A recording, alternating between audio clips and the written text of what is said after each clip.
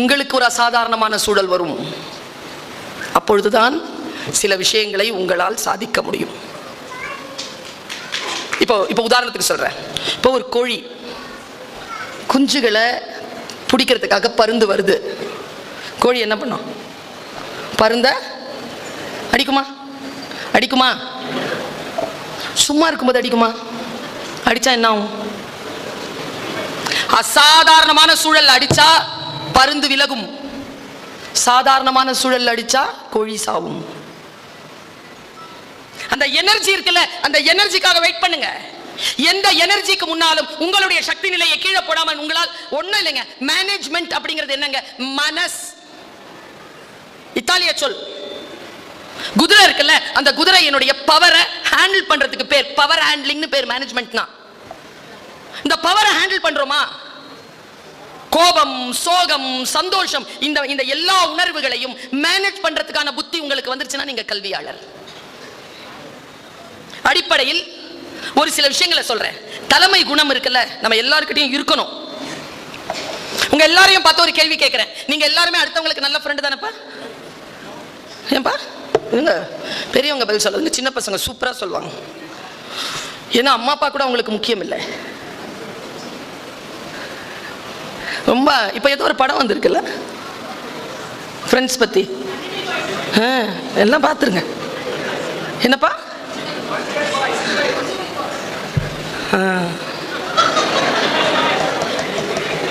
என்ன மொழி படம் மேடம்? இப்போ சமீபத்தில் ஏதாவது படம் பார்த்தீங்களா? வேற படம் ஒரு 2 மாசத்துக்கு முன்னால விஜய் சார் படம். என்ன படம் பாப்பா? யாரு இயக்குனர் தெரியுதான்னு பார்த்தேன். ஜெயிலர் படம் யாரு இயக்குனர்? சொல்லுவீங்க. நெல்சன்ல மண்டேலாங்கிறது எனக்காக சொன்னானா, நீ சந்தோஷப்படுவேங்கிறதுனால ஒரு பேரை சேர்த்து சொல்றான். நான் அந்த தம்பியே கேட்கிறேன், பார்த்துட்டேன் நீ யாருன்னு. 25வது வருஷம்ப்பா டீச்சரா. ஸ்பீக்கர் இல்லை, நான் டீச்சர். இந்த இஸ்ரோன்னு ஒரு அமைப்பு இருக்குதுல்ல, அதுக்கு ஒரு இயக்குனர் இருக்கிறார். அவர் பேர் என்னப்பா? ஜெயிலர் படம் இயக்குனர் தெரிது. சமீபத்தில் வந்த படம் என்ன மொழின்னு தெரிது. லியோ படத்தினுடைய இது என்னன்னு தெரியுது, எல்லாம் தெரியுது. நான் அம்மா ஏன் இதை சொல்றேன்? உன் நல்லது அதான், எனக்கு ஒன்றும் பிரச்சனை இல்லை. எனக்கு இதுவும் தெரியும் அதுவும் தெரியும். நான் உனக்கு என்ன சொல்றேன்னா, நீ இந்த படங்கள்லாம் சொல்லும்போது இந்த படங்களுடைய பெயர்கள் எல்லாம் சொன்னல, குட். ஆனா யாருக்கு குட்னா? உனக்கு என்டர்டைன்மெண்ட்க்கு குட். உண்மையாவே யாருக்கு குட்னா? யார் பேரை சொன்னியோ அவங்களுக்கு குட். ஏன்னா அவங்க நிறைய சம்பாதிப்பாங்க, உனக்கு தெரிய அவங்க பிரபலமாவாங்க. நான் இந்த 2வதா சொன்னல, இஸ்ரோ அமைப்பினுடைய இயக்குனர் சோம்நாத்னு பேர் இருக்கு. அவரை பத்தி நீ தெரிஞ்சுக்கிட்டனா நீ நிறைய சம்பாதிக்கலாம், நீ நிறைய படிக்கலாம், நீ நிறைய பயணம் செய்யலாம், நீ நிறைய எக்ஸாம் பாஸ் பண்ணலாம், நீ பெரிய ஆளா வரலாம். யாரை தெரிஞ்சுக்கிட்டா உனக்கு நல்லதோ அவங்கள தெரிஞ்சுக்கோ. அதுக்குதான் படிப்பு. நாம் அறிவை விரிவு செய் என்கிறோம். இந்த குழந்தைகள் மீது தவறு இல்லை பெருமக்களே. அவர்களுக்கு நாம் என்ன கொடுத்திருக்கிறோமோ அதை தானே அவர்கள் பார்க்கிறார்கள். அவர்களுக்கு எவ்வளவு உலகம் விரிந்திருக்கிறது. அப்படி விரிந்திருக்கக்கூடிய உலகத்தில் அவர்களை வழிபடுத்துவதற்கான வல்லமை, லீடர்ஷிப். நான் தான் அந்த பையன் கிட்ட கேட்டேன், உனக்கு அடுத்தவர்களுக்கு நிறைய நல்ல ஃப்ரெண்ட்ஸா இருக்கிறீங்க, குட். உனக்கு நீயே நல்ல ஃப்ரெண்டா இருக்கியா? உனக்கு நீ நல்ல ஃப்ரெண்டா? உன் ஃப்ரெண்டு ஏதேனும் தப்பு செய்யும்போது மச்சான் செய்யாதரான்னு சொல்றல, நீ உனக்கே செய்து கொள்ளுகின்ற பொழுது நீ சொல்கிறாயா இது தவறு என்று? முதல்ல நீ உனக்கு நீ லீடராயிரு, முதல்ல உனக்கு நீ ஃப்ரெண்ட் ஆயிரு, அதுக்கப்புறமா அடுத்தவங்களுக்கு இருக்கலாம். உனக்கு நீ ஃப்ரெண்டா இல்லையே. ஒரு தாயும் தகப்பனுக்கான கவலை எது? அடுத்தவர்களுக்காகவே இருக்கிறானே, அவனை பற்றி யோசிக்க மாட்டேன் என்கிறானே. உன்னை பற்றி நீ சிந்தித்து உன்னுடைய சிந்தனையை அதிகப்படுத்தி கொண்டு நீ ஃப்ரெண்டா இருக்கிறதுனால அந்த மகனுக்கு அந்த தோழனுக்கு ஏதேனும் நன்மை நடக்குமா? அப்படிப்பட்ட ஒரு வாழ்க்கையை நீ வாழ்கிறாயா? இதற்கு செய்ய வேண்டிய வேலை என்ன என்றால், தொடங்கு, உன்னுடைய வாழ்க்கையை தொடங்கு. கொஞ்சம் கொஞ்சமாக கற்றுக்கொள்ள தொடங்கு. எதை கற்றுக்கொள்கிறாய் என்பதிலே கவனமாக இரு. இப்போ பாருங்க, நெகட்டிவ் தாட்ஸ் இன்னைக்கு இருக்கக்கூடிய இளைஞர்கள் கிட்ட நான் பார்க்குற மாதிரி. ஏன்னா நான் 25 வருஷம் சொன்னேன், தம்பிக்கு தெரியும். நாங்கள் காலேஜில் இருக்கும் பொழுது ஸ்கூல் டீச்சர்ஸ்க்கு தெரியும். இந்த பாய்ஸ்ல இந்த குழந்தைங்களாம் நல்ல குழந்தைங்க தான். அம்மா அப்பாக்கு இவங்களுக்கு 2 ஃபேஸ் இருக்குது. இந்த ரெண்டாவது ஃபேஸ் என்ன தெரியுமா? பாட்ஷா படம் பார்த்தீங்களா? என் பேர் மாணிக்கம், எனக்கு இன்னொரு பேர் இருக்கு, அந்த இன்னொரு பேர் டீச்சருக்கு தான் தெரியும்.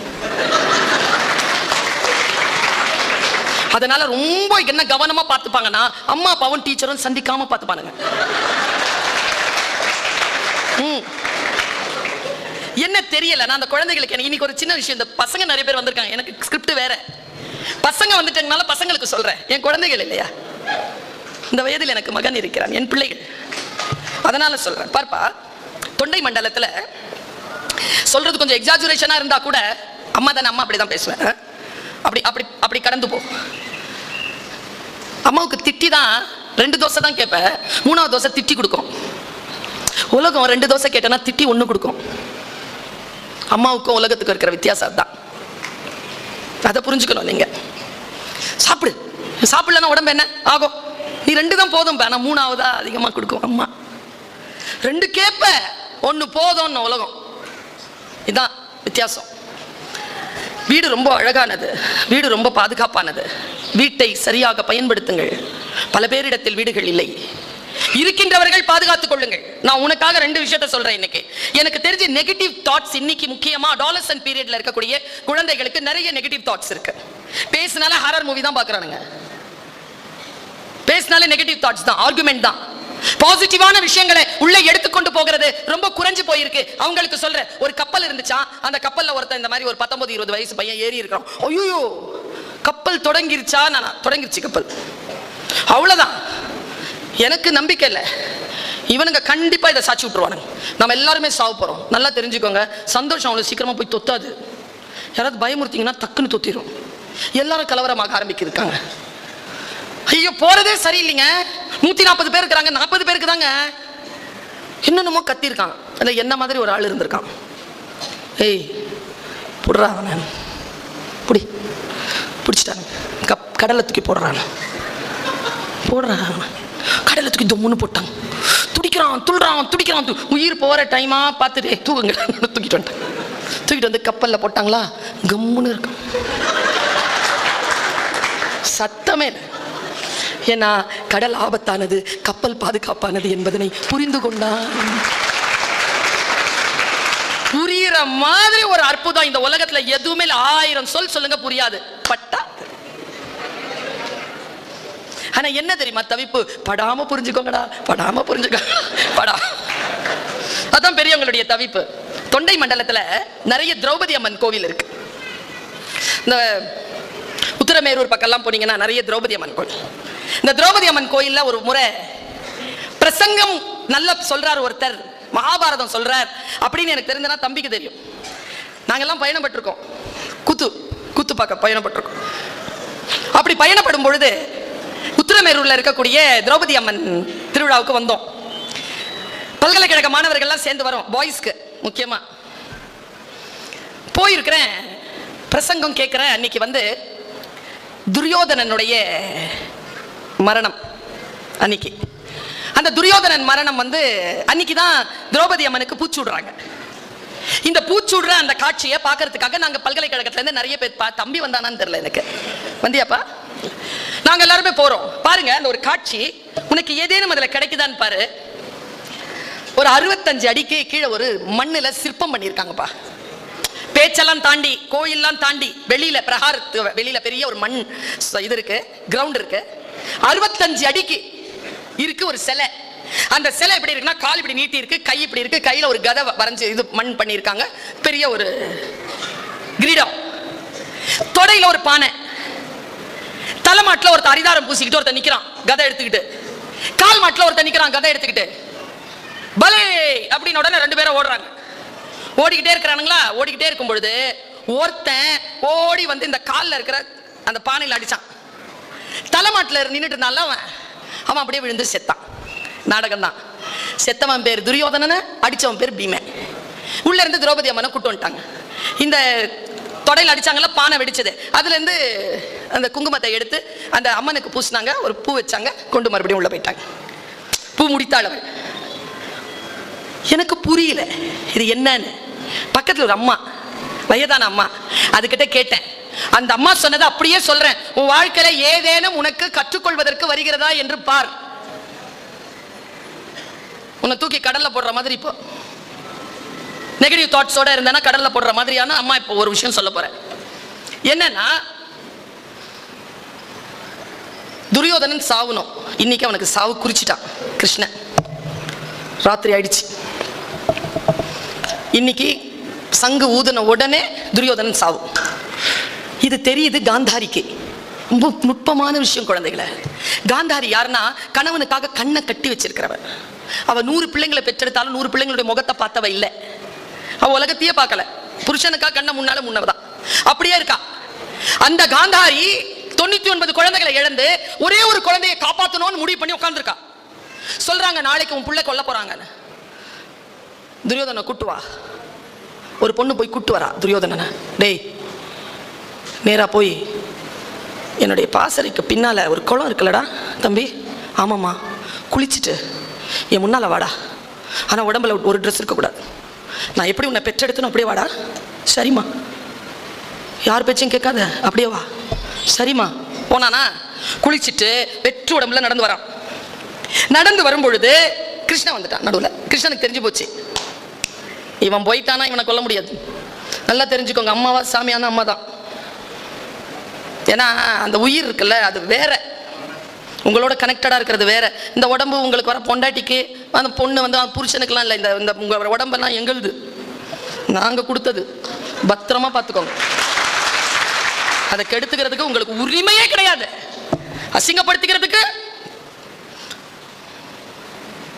கிடையாது. பாருங்க, வந்து நிக்கிறாங்க. வரும்போது கிருஷ்ணன் பார்த்துட்டான். கிருஷ்ணன் சொன்னானா, எங்கடா போற? அம்மா போற? அம்மா கூப்பிட்டாங்க. சரி, உன்னை சின்ன வயசுல இருந்து பார்க்கலடா, இந்தா பெருசா வளர்ந்துருக்கிற, 7 அடிக்கு. என்ன இருந்தாலும் பெண் தானே, அதுக்கு ஒரு வாழையில தூக்கி போட்டு மறைச்சிட்டு போடாடே. சரி கிருஷ்ணா. துரியோதன வாழையில மறைச்சிட்டு போய் அம்மா முன்னால் நின்னா. வந்துட்டியா துரியோதனா? வந்துட்டேம்மா. சரியா என் முன்னால நில்லு. பார்க்கறான். கண்ணில் இருக்கிற எல்லா சக்தியும் கொடுத்துட்டா. இடம் மறைச்சிருக்கு. கண்ணை மூடிட்டு, தப்பு செஞ்சிட்டியே துரியோதனா. வஞ்சகன் கிருஷ்ணன் என் பிள்ளையை நாளை கொல்ல போகிறார். அப்பதான் சாபம் கொடுக்குறா கிருஷ்ணனுக்கு. துடிக்கிறான் துரியோதன். ஏம்மா ஏம்மா, என்னம்மா ஆச்சு? என்ன? டேய், மறைக்காம வர சொன்னேனடா. இல்லம்மா, கிருஷ்ணன் தான் சொன்னான். சரிடா போ. ஆமாம்மா, மறுபடியும் எடுத்துட்டு நிற்கிறேன்ப்பா. டேய், நான் மந்திரவாதி இல்லைடா, சக்தி போயிடுச்சுடா, போடா. போயிட்டான். அடுத்த நாள் உடம்புல எங்க அடிச்சாலும் அவனுக்கு உயிர் போகாது. அம்மாவினுடைய கண் பார்வை சக்தி படாத துடையில் அடித்தால் உயிர் போகும். இது மகாபாரதம் சொல்லுது. இதை நான் ஏன் இன்னைக்கு சொல்றேன்? நீ எதையும் அம்மா கிட்டையும் அப்பா கிட்டையும் மறைக்காத.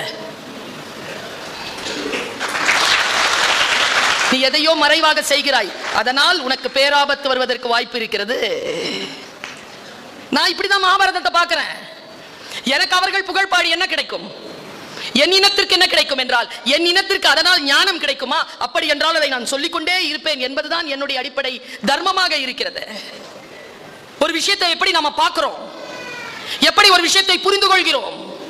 எனக்கு தெரிஞ்சு இந்த கூட்டத்தில், இத்தகைய கூட்டத்தில் சொல்ல வேண்டிய கருத்து என்று ஒன்று உண்டு. இந்த குழந்தைகளுக்கான விஷயங்கள் இருக்கு. நீங்க எங்களோட பயணம் பண்ணுங்க. ஏனென்றால் வயதிற்கு ஏற்ப விஷயங்கள் மாறுகிறது.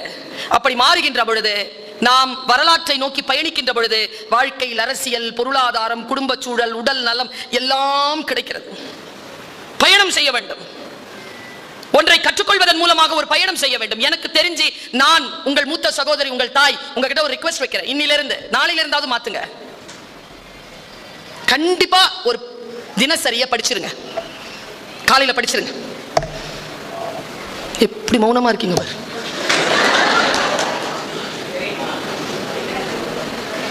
படிச்சிருங்க. சரின்னு சொல்லுங்க. முந்தா நேத்து ஒரு செய்தி கேட்டேன். ரொம்ப மனசுக்கு நெருக்கமான செய்தி. 1988ஆம் ஆண்டு ஒரு பொண்ணுக்கு ஒரு விஷயம் நடந்திருக்கு. 22 வயசு பொண்ணு டிஃபென்ஸ்ல போய் நர்ஸா சேர்ந்திருக்கா. அவ பேர் செலினா ஜோன்ஸ். 3 மாசத்துல கல்யாணம் ஃபிக்ஸ் ஆயிடுச்சு. பிரிகேடியர் கிட்ட கல்யாண பத்திரிகை நீட்டியிருக்கா, போயிட்டு வாமான்னு சொல்லியிருக்காங்க. வந்தா பின்னாலேயே டெர்மினேஷன் ஆர்டர் வந்துருச்சு. ஏன்னா டிஃபென்ஸ்ல நர்ஸுகள் திருமணம் செய்து கொண்டால் வேலையில் இருக்கக்கூடாதுன்னு சட்டமா. அந்த அம்மா என்ன தெரியும் பண்ணுச்சு, அப்பவே கோர்ட்ல கேஸ் போட்டுருச்சு. எப்ப 1988, 36 வருஷம் கழிச்சு முந்தா நேத்து சுப்ரீம் கோர்ட் தீர்ப்பு கொடுத்திருக்கு. என்ன தீர்ப்பு தெரியுமா? ஒரு பெண்ணின் திருமணத்திற்கும் அவள் செய்யும் வேலைக்கும் தொடர்பு கிடையாது. அவளை வேலையில் இருந்து எடுத்தது பிழை. 60 லட்சம் ரூபாய் ஒரே பேமெண்டா செலினா ஜோன்ஸ்க்கு டிஃபென்ஸ் கொடுக்கணும்னு சொல்லிட்டு தீர்ப்பு வந்துச்சு. இதை நான் பத்திரிகையில படிக்கிறேன். இப்ப நான் அதை உங்ககிட்ட ஏன் தெரியுமா சொல்றேன்? ஒரு பெண் 36 வருடங்கள் தன்னுடைய வாழ்க்கையை இழந்து ஏதோ ஒன்றை செய்திருக்கிறாள். அது வருங்காலத்திற்கான மிகப்பெரிய வெளிச்ச ஜன்னலாக இருக்கிறது. இது எனக்கு தெரிகிறது. வாசிக்கின்ற பொழுது எனக்கு தெரிகிறது. பல விஷயங்கள் தெரிந்து கொள்ளுதல் என்பது அடுத்தவர்கள் சொல்லுவதை காட்டிலும் நீங்களாக முயற்சித்து தெரிந்து கொள்ளுகின்ற பொழுது அதனுடைய அகலம் பரிமாணம் வேறு. யாரோ ஒருவர் சொல்லுவதல்ல, நீங்கள் நேரடியாக அதை அனுபவிக்கக்கூடிய ஒன்று. பாருங்க, இந்த ஜீசஸ் கால்ஸ்னு ஒரு அமைப்பு இருக்கு, தெரியுமா உங்களுக்கு? இப்படி ஒரு கை இருக்குல்ல, ஒரு கை இப்படி இருக்குமே, நடுங்கிற மாதிரி கை. யார் கை அது? யார் கை? சொல்லுங்க. அவங்க என்ன பயம்னா, நாங்க ஏதாவது சொல்ல போய் நீ அதை எப்படியோ மாத்தி தான் சொல்ல போற, நீயே சொல்லிக்கோ. ஆக்சுவலா அந்த கையை வந்து நம்ம ஜீசஸனுடைய கரங்கள்னு பார்க்க. ஜீசஸ் கரங்கள் அவ்வளவு நரம்புகள் புடைத்த கையில. 33 வயதில் இறந்து போனவர் அவர். அவர் கை அப்படி இருக்காது. ஆனால் அந்த கை பார்த்தீங்கன்னா ஒரு நடுக்கத்தோடு நரம்புகள் புடைத்து ரொம்ப முதிர்ந்த கையா இருக்கும். நான் அதை பத்தி, இது என்னது இது, இந்த கை போட்டிருக்குது, பார்த்தாலே ஒரு மாதிரி மனசு குழையுது. அதனுடைய வரலாறு தேடி போனேன். அது ஒரு வரலாறு எனக்கு தெரிஞ்சது. பாருங்க, இது நான் இப்போ எனக்கு ஞாபகம் வருது, நான் சொல்றேன். பாருங்க, 2 பேர் பிறந்திருக்காங்க ஒரு நாட்டில், வெளிநாட்டில். நாட்டின் பேர் மறக்கிறேன் நான், ஞாபகத்துக்கு வந்துடும், போறதுக்குள்ள ஞாபகத்துக்கு வரணும். அந்த 2 பேர் அண்ணன் தம்பிங்க. அவங்க வீட்டில் வறுமை. ஒருத்தன் சிற்பி, ஒருத்தன் ஓவியன். அண்ணன் சிற்பி, தம்பி ஓவியன். ஆனால் அதை படிக்க வேண்டும் என்றால் நிரம்ப செலவழிக்க வேண்டும். 2 பேரும் ஒரு அக்ரிமெண்ட்க்கு வராங்க. தம்பி, முதல்ல நான் வேலைக்கு போறேன்டா, நான் சம்பாரிச்சு உன்னை படிக்க வச்சிடறேன், நீ படிச்சு சம்பாரிச்சு என்ன படிக்க வைக்கிறியா? ஓகேன்ட்டான் தம்பி. தம்பி நேரா போயிட்டான். இவன் சிற்பி இருக்கான்ல, அவனுக்கு சிற்ப வேலை கிடைக்கல, கல்லுடைக்கிற வேலை தான் கிடைச்சிருக்கு. அவன் கல்லுடைக்கிறான், வேலை செய்யறான், கல்லுடைக்கிறான். 5 வருஷம் ஆச்சு, 6 வருஷம் ஆச்சு, பையன் இன்னும் ஃபிளரிஷ் ஆகல. 12 வருஷத்துக்கு அப்புறமா தம்பி பெரிய ஆளாயிட்டான். தம்பி வீட்டுக்கு வரான். அண்ணே, என் ஒரு ஓவியமே அவ்வளோ விலைக்கு போகுதுண்ணே, இனிமேல் நீ படி, நான் போனேன், நீ படின, நான் பார்த்துக்கிறேன் நான் அப்படின்னு. உடனே அண்ணன் சொன்னானா, ரொம்ப நன்றிப்பான்னு இப்படி கையை நடுங்கியிருக்கேன். இனிமேல் என்னால் சிற்பங்களை சிதைக்க முடியாது. சிற்பங்களை செதுக்கக்கூடிய ஆற்றலை என் கரங்கள் 12 ஆடுங்கள் கல் உடைத்து உனக்காக செலவழித்ததில் என் கரங்கள் இப்படி நஞ்சு போச்சுரா அப்படின்னு நடுங்கியபடி அந்த அண்ணன் கூப்பிய கைதான் ஜீசஸ் கால்ஸ்ல வச்சிருக்காங்க. அடுத்தவர்களுக்காக பயன்பட்டு போனது.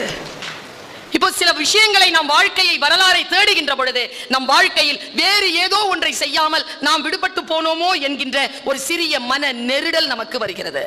நான் சொல்றேன்ல, கற்றலில் நாம் மிக நுட்பமாக இருக்க வேண்டும் என்று. கற்றலில் நாம் நுட்பமாக இருக்க ஒட்டாதபடிக்கு நம்மை தடுப்பது எது? 4 பேர் உட்கார்ந்தான் மௌன விரதத்துக்கு. எனக்கு தெரியலங்க, இந்த மனசு மாதிரி ஒரு பொருள் வேற கிடையாது. எவன் மனசை ஜெயிக்கிறானோ அவன் உலகத்தை ஜெயிக்கிறான். இதை தான் ஜெயிக்க முடியல, எல்லாரையும் ஜெயிக்க முடியுது. நான் அடுத்தவர்களை ஜெயிச்சிட்டேன். இப்போ பயணமே என்னை ஜெயிப்பது தான். அடங்க மாட்டேங்குதுங்க. இது ஜெயிக்கிறது பெரும்பாடு. அடுத்தவர்கள் எல்லாம் ரொம்ப அழகா ஜெயிக்கலாம். ஆற்றலும் வாய்ப்பும் இருந்தால், புரிதலும் இருந்தால், வாழ்க்கையில ஸ்ட்ராட்டஜி இருந்தா, ஒரு டெக்னிக் இருந்தா ஜெயிச்சிடலாங்க. இதை ஜெயிக்கிறதுக்கு டெக்னிக்லாம் பத்தாது. டெக்னிக் எல்லாத்தையும் கைவிட்டாதான் இதை ஜெயிக்க முடியும். எல்லாத்தையும் கைவிடணும். பாருங்க, 4 பேர் மௌன விரதத்துக்கு உட்கார்ந்தாங்க. சாயந்தரம் ஆச்சு 6 மணி. 6 மணிக்கு மௌன விரதம் கலையும்.